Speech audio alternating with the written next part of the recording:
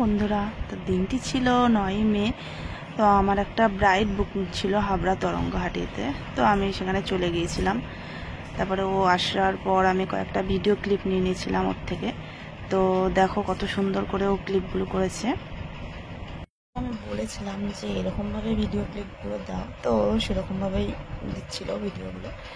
তো সেদিন ওর মনটা একটু খারাপই ছিল, কারণ সেদিন সকাল থেকে পুরো রাত 9টা পর্যন্ত প্রায় বৃষ্টি হয়েছে।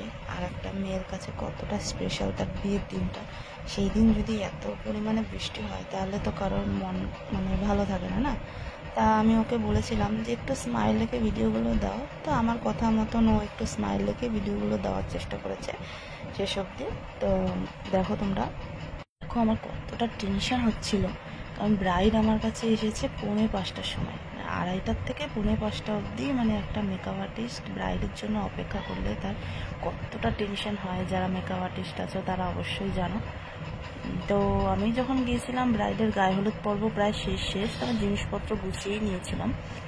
তা ব্রাইড আমার কাছে স্নান করে এসে বলছে, দিদি আমার এখন কিছু রিচুয়ালস বাকি আছে। আমি বলছি ঠিক আছে, সেটা কমপ্লিট করে আসো।